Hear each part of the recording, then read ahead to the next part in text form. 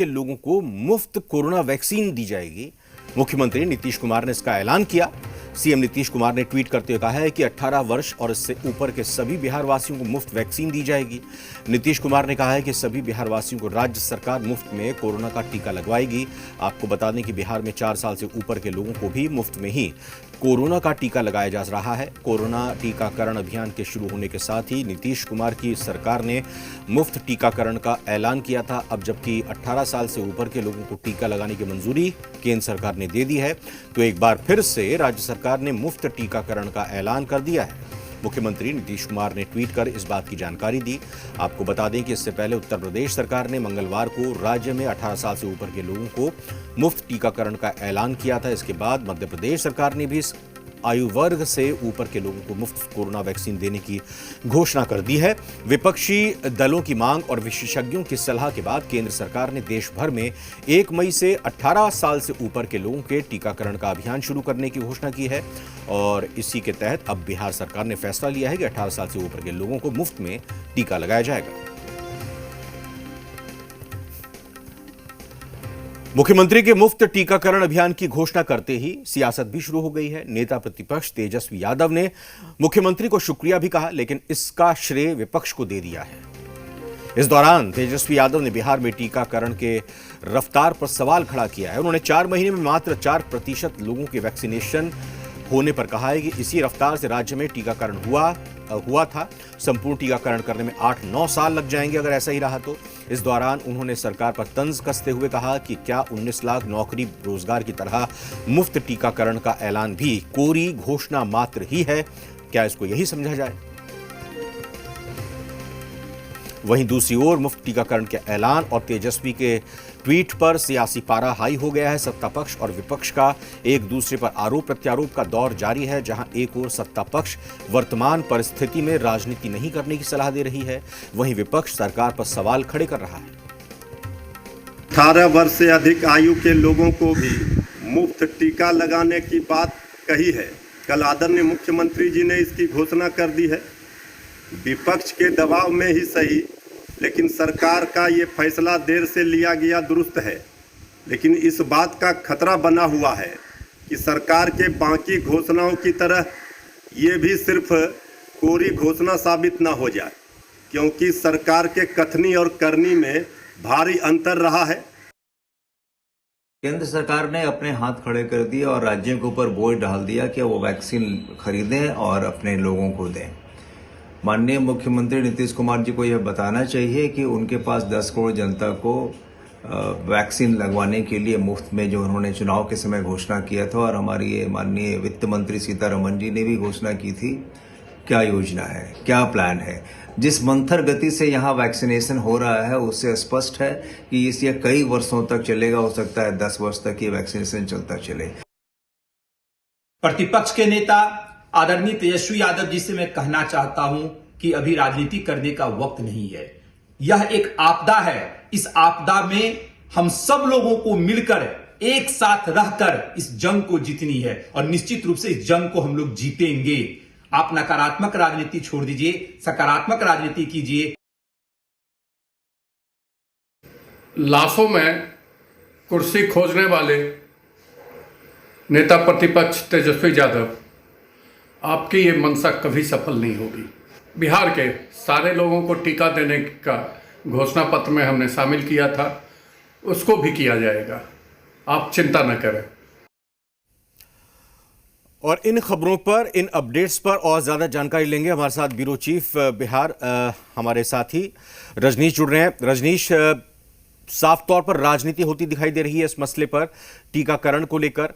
भले ही फ्री में ऐलान जरूर कर दिया गया हो, इसके श्रेय लेने की होड़ विपक्ष में है और यह भी आरोप लगाया जा रहा है कि टीकाकरण की रफ्तार बहुत सुस्त है। देखिए, जहां तक टीकाकरण की बात है, इसको लेकर सत्ता पक्ष के लोग सीधा सीधा इस ट्वीट के बाद नेता प्रतिपक्ष और आरजेडी पर निशाना साध रहे हैं कि शुरुआत में उन्होंने लोगों को हतोत्साहित किया, कई सारे प्रश्न खड़े किए और साथ ही साथ इसको लेकर लोगों में उत्साह नहीं रहा है और अब उनका कोई हक नहीं बनता है कि वो इस तरह की बात कहे।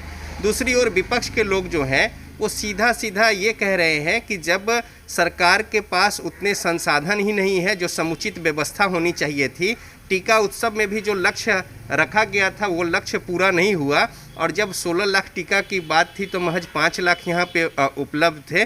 तो इसको लेकर कई सारे सवाल जो है वो उठा रहे हैं नेता प्रतिपक्ष। साथ ही साथ वो आंकड़ा दे रहे हैं कि जिस तरीके से अभी तक जो वैक्सीनाइजेशन हुआ है उस रफ्तार से यदि मंद गति से चलता है वैक्सीनाइजेशन, तो जाहिर तौर पे जो लोग हैं तमाम, और 12 करोड़ के लगभग यहाँ पे जो आबादी है, तो ऐसे में एक लंबा समय खिंच जाएगा। तो इस बात को लेकर वो सवाल खड़ा कर रहे हैं। दूसरी ओर सत्ता पक्ष के लोग जो है नेता प्रतिपक्ष और आरजेडी के लोगों पर निशाना साध रहे हैं कि शुरुआत में इन्होंने ही इस तरीके से बातें कही थी और इस पर सवाल उठाए थे। तो बहरहाल राजनीति जो है आरोप प्रत्यारोप का वो शुरू है, लेकिन मूल बात यह है कि जिस भीषण परिस्थिति में पूरा समाज और राज्य और देश गुजर रहा है, ऐसे में ज़रूरत है कि किन बातों से ज़्यादा आम जन को लाभ मिले और कैसे जल्द से जल्द ये जो संकट है वो दूर हो, और जो लोग संक्रमित हैं उनके जान बचाने की बात है, और साथ ही साथ जो स्वस्थ लोग हैं वो किस तरीके से अपने आप को उतना सक्षम कर ले शारीरिक रूप से, जिससे कि संक्रमण का प्रभाव ना पड़े, या पड़े तो फिर ज़्यादा कोई नुकसान ना हो। तो ऐसे में टीकाकरण जो है एक सशक्त और बेहतर माध्यम है, और साथ ही साथ जो दूसरे उपाय एहतियाती है वो उठाने बेहद ज़रूरी है। लेकिन बहरहाल जो ट्वीट हुए हैं नेता प्रतिपक्ष की ओर से, उस पर राजनीति जो है वो तेज हो गई है। जी रविंद्र एक जी। महत्वपूर्ण खबर जो हमने बताई अपने दर्शकों को कि रेमडेसिविर इंजेक्शन को लेकर एनएमसीएच ने लेटर लिखा, कहा कि ये कारगर नहीं है।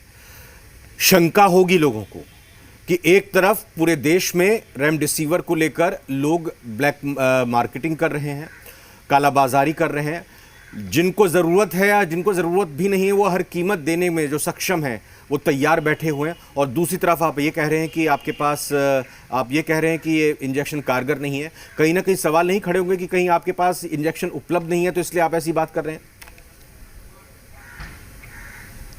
देखिए रविंद्र जी, इसमें कई सारे सवाल हैं।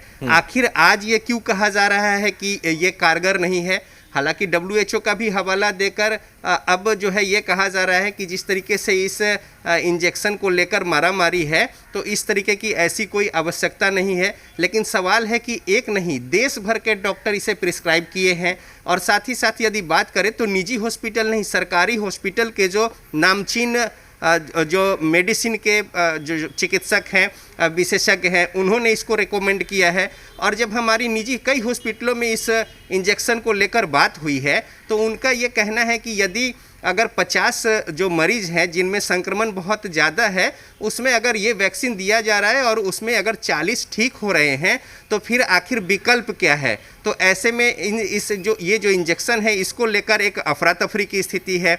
और ना सिर्फ निजी में बल्कि IGIMS के डॉक्टर जो है, NMCH के डॉक्टर हैं, वो प्रिस्क्राइब कर रहे हैं और पेशेंट को बोल रहे हैं कि आप खुद जो है ये इंजेक्शन उपलब्ध कराए, अपने स्तर पर ले। तो जाहिर तौर पे जो दावेदारी की गई थी, सरकार की ओर से भी दावेदारी की गई थी आज से 4 दिन 5 दिन पहले भी और उसके पहले भी, कि इस इंजेक्शन की कोई कमी नहीं होगी, लेकिन खुले बाजार में तो उपलब्ध नहीं ही है। सरकार भी कई जगहों पर हाथ खड़े कर दिए, या जिस तरीके से डिमांड है हॉस्पिटल में जो प्रिस्क्राइब है प्रिस्क्रिप्शन के अनुसार, वहाँ भी उस तरीके से नहीं मिल पा रहे हैं, और काले बाजारी जो है वो जम के हो रही है। तो आखिर काले बाजारी को रोकना या फिर सहज सुलभ दवा को करवाना, कई दिन हो गए हैं और मंगाने की बात हो रही है, इसे सुलभ कराने की बात हो रही है, आश्वासन का दौर चल रहा है। तो ऐसे में जब ये बयान आते हैं इस तरीके के, तो इस पर सवाल उठ खड़े होते हैं, और जाहिर तौर पे इस पे पक्ष और विपक्ष जो है वो प्रतिक्रिया दे रहे हैं। अब सत्ता पक्ष के ये लोग अब हवाला दे रहे हैं कि WHO का गाइडलाइन में ये कहा गया है कि इस दवा की इस जो पर्टिकुलर, अब जाहिर तौर पे कोरोना का तो अभी तक वैसा कोई दवा नहीं है। इंजेक्शन जो याद किए गए हैं तो वो एक प्रिकॉशन के तौर पे ड्राइव चल रहा है, वो अलग बात है। लेकिन जो क्रिटिकल सिचुएशन में मरीज हैं और उनको डॉक्टर के पास अगर कोई विकल्प नहीं है, और ये विकल्प अगर दिख रहा है और उस पर अगर अनुभव जो सामने में आ रहे हैं चिकित्सकों के, वो भी सकारात्मक है, हालांकि बहुत सर्टेन नहीं, लेकिन सम एक्सटेंट वो कारगर है। तो ऐसे में डॉक्टर जो हमसे बात हुई है उनका कहना है कि कोई दूसरा विकल्प नहीं है, तो ये दवा देने में मुश्किलात क्या है। लेकिन सवाल ये उठ खड़ा होता है कि जिस तरीके से आज से नहीं करीब 20 दिनों से 15 से 20 दिनों से ज़्यादा समय हो गए हैं और इसको लेकर न सिर्फ बिहार में बल्कि पूरे देश में मारामारी है जी, जी। और पूरे देश के डॉक्टर इसे प्रिस्क्राइब कर रहे हैं। जी। तो ऐसे में यहाँ पे अनुपलब्धता को लेकर जिस तरीके से लेटर जारी किया गया है, इसको लेकर विपक्ष सत्ता पक्ष की नीयत पर निशाने पर ले रहे हैं बिल्कुल। और सत्ता पक्ष भी उसी तहत इसका जवाब देकर बातों को अपने तरीके से रख रहे हैं। रजनीश, मैं बहुत बहुत धन्यवाद करूंगा आपका। फिलहाल मौजूदा हालात पर बात